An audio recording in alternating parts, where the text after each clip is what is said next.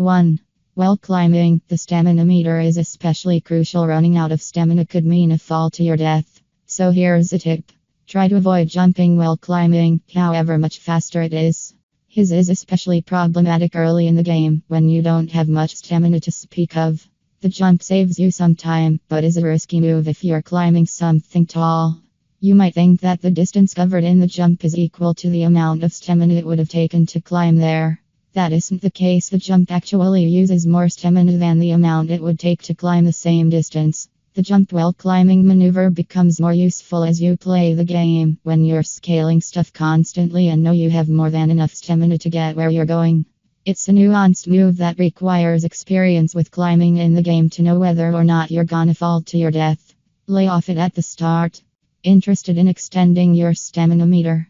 There's a way to do that, of course. You'll need spirit orbs by the fistful to extend your stamina meter.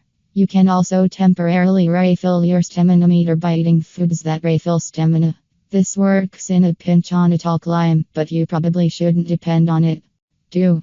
To extend your stamina meter, you'll need to visit the many shrines all over Hyrule like this one, and solve their amazing, smart puzzles. You'll be rewarded with a spirit orb, which can be traded for an increase to your stamina. Spirit orbs can also be traded for heart containers and overall increase to your maximum health. You must acquire 4 spirit orbs to increase health or stamina.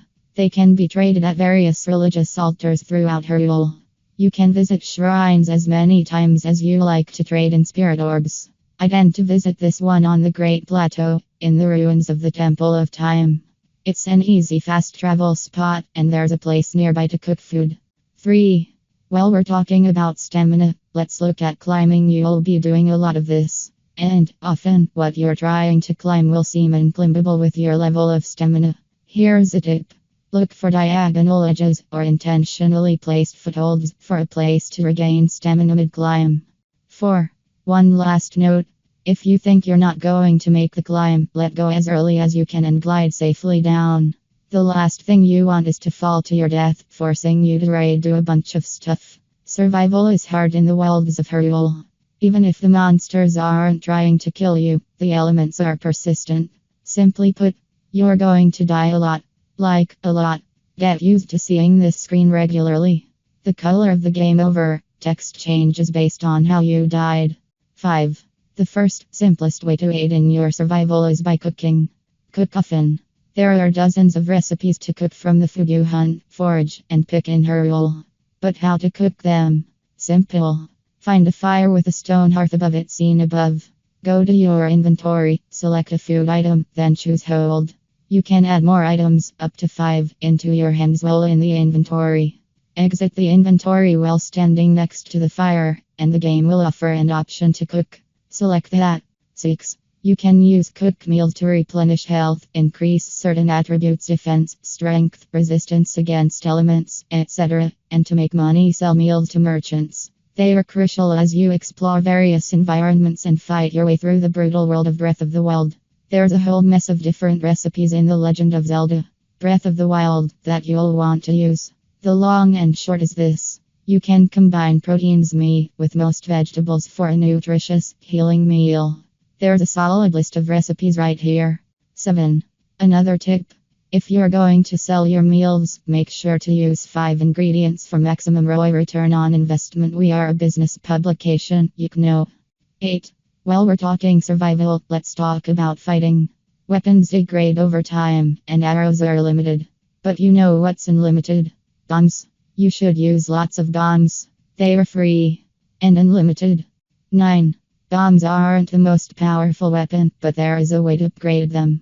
You'll want to head over the Hayteno village with some ancient machine parts and speak with the folks at the Hayteno Ancient Tech Lab. They'll hook you up.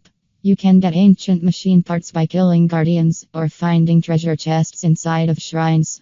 As often as you possibly can, seek out treasure chests in shrines. It's almost always worth it. You can upgrade each of your runes at the Hayteno Ancient Tech Shop in this way, using ancient machine parts. It's unlikely you'll find a lot of ancient cores or giant ancient cores early on, but I've mostly found them in shrine treasure chests. I mostly found ancient springs early on, which can be used to upgrade runes. 10.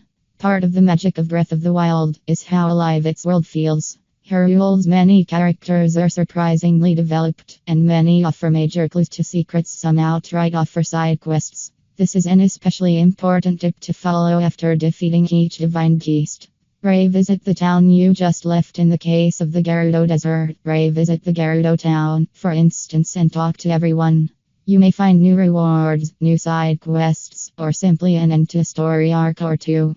This concept is nothing new to video games of in-game characters reacting to story developments, but Breath of the Wild makes it especially rewarding.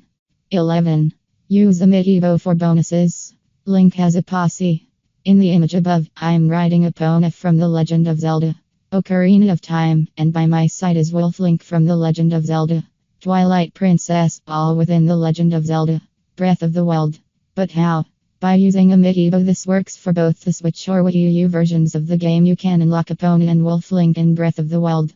In the case of Epona, you'll need the Link Amiibo that comes from Super Smash Bros. For Wii U, the one in the green tunic. For Wolf Link, there's a new Amiibo of Wolf Link himself that you'll need.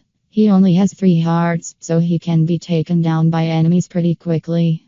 You can race upon him once every 24 hours. There are other bonuses and unlocks associated with other Amiibo. Give them a shot and see what happens. 12. Prioritize climbing towers and use them as a means of travel.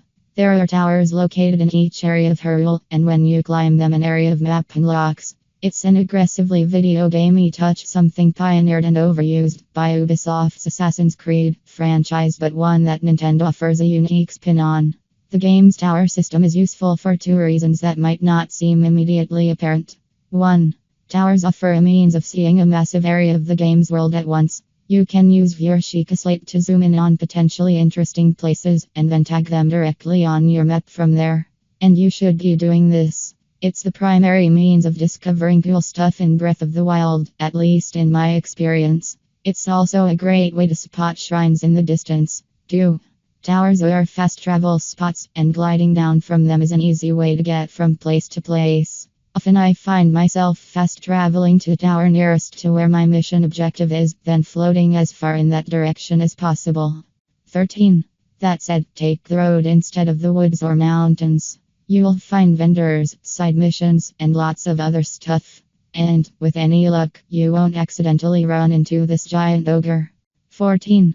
Stay under a roof of some type in lightning storms. You will die if you are struck by lightning. During one storm, I took refuge in this destroyed wagon. It saved my hide. 15. If something looks off or strange, you should probably go explore that. It could be a one-off secret, of which there are many. It could also be a Korok. And Koroks are important because they give you Korok seeds. These little guys are everywhere. If there's a circle of rocks, perhaps there's a reason it's there. If there's a lone rock on top of a mountain peak, there's almost certainly a Korok underneath, old Hyrule saying. Oh, and why do Korok seeds matter? Because you can upgrade your inventory slots by trading in Korok seeds to the Korok men on the road to Kakariko Village. 16. Turn on the game's Pro HUD heads-up display mode. Notice how the screen below only has hearts in the upper left corner, and none of the UI stuff that's normally in the lower right. That's the Pro HUD. It makes a pretty game look even prettier. You turn on the Pro version of the HUD by going to the game's options menu and selecting Pro from the HUD mode toggle. 17. Save early, save often. Save before missions, save after missions, save after particularly tough fights. Truly, seriously. Save constantly. 18. Don't be afraid of running. You're almost certainly going to encounter an enemy that's far more powerful than you at some point. Play it smart and run for your life. 19. Fast travel is your friend.